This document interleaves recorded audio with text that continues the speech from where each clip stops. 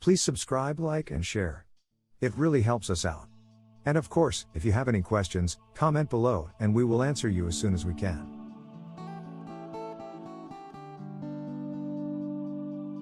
Welcome to this video in our series on A-Level and IB Economics.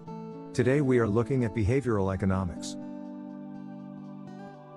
More specifically, in today's lesson, we will be learning adverse selection and moral hazard. If you haven't seen our previous videos, click on the card above.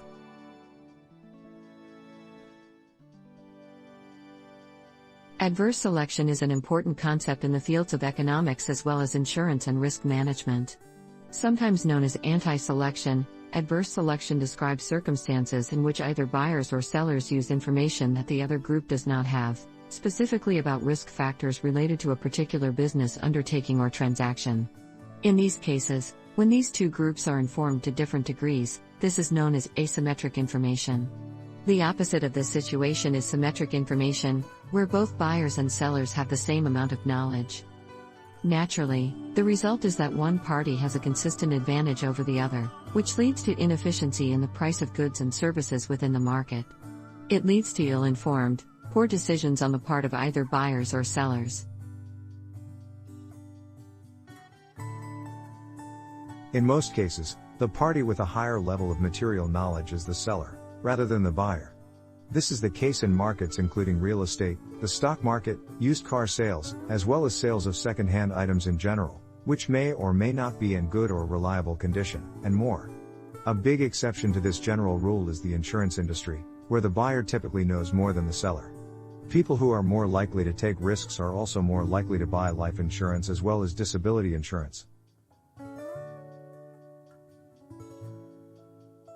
The concept of adverse selection was first applied to the insurance industry, and since then it has been one of the most prominent areas where adverse selection occurs.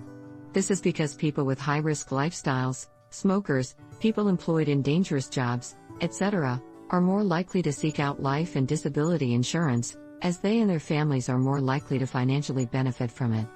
In these kinds of situations, the buyer has more knowledge than the seller, they know more about the risks they face to their health.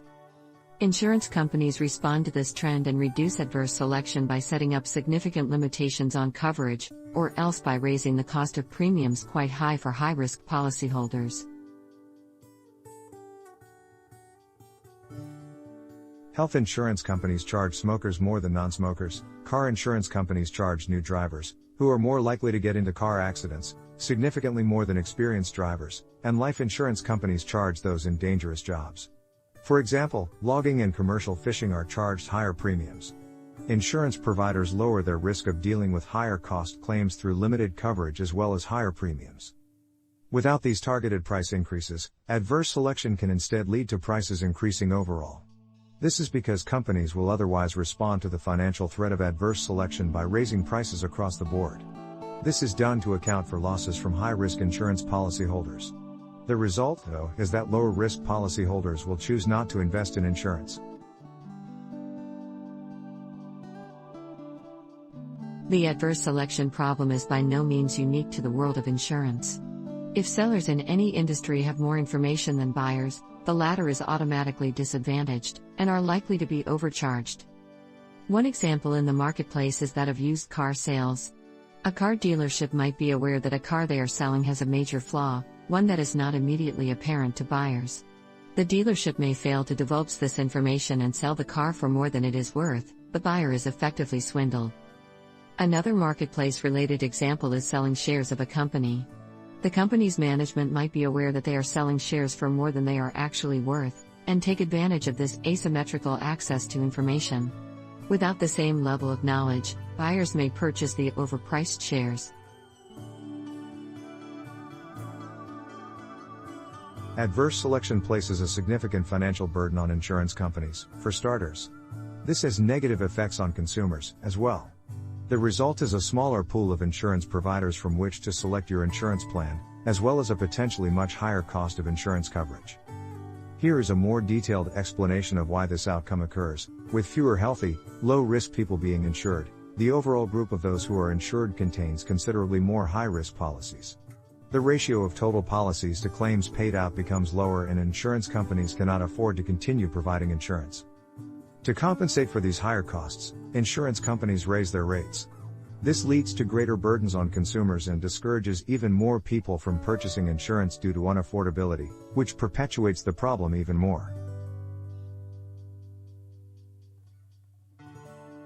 Adverse selection happens when one side of a deal has more information than the other. When there is a state of asymmetric information, as described before. By contrast, moral hazard is when one side provides misleading information and, when protected from risk, is freed up to behave more recklessly than they would without this protection. People are incentivized to take risks in situations when other parties will be forced to take on the costs of those risks. For example, homeowners may be less careful once they have theft insurance, because they are financially covered in case of a robbery. This term is most commonly used in the insurance industry but is relevant to finance as well. The two concepts are related. Both involve asymmetric information.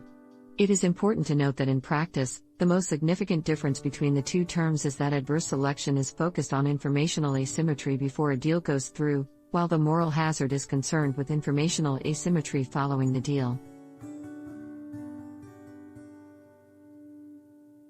Adverse selection is a significant economic problem. It is also a medical problem when people do not have health insurance coverage or cannot afford the cost of their health insurance premiums. So, how to address it? One strategy is for insurance companies to single out particular at-risk groups. For example, those who smoke. They then charge them extra health insurance premiums. However, this is frequently a discriminatory practice. Smokers, for instance, tend to be lower-income people who cannot afford this extra financial burden.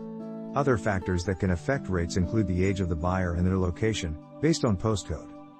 Another solution is the compulsory purchase of insurance. This is when individuals are required to purchase insurance. In the United States, private insurance means younger people with less need for medical care may avoid purchasing a health insurance plan. This is an example of adverse selection. The highly problematic result is that premiums in general end up being more expensive and those who need insurance have trouble paying for it. In order to resolve this, the Affordable Care Act, or ACA, used the mandatory purchase of insurance. Those who do not purchase insurance are financially penalized with an additional tax premium, which encourages those who might otherwise not take out insurance to do so. When people with fewer health issues, in other words, those who are a lower risk to insure, take out insurance, this makes insurance more affordable for everyone, particularly those vulnerable groups who really need it.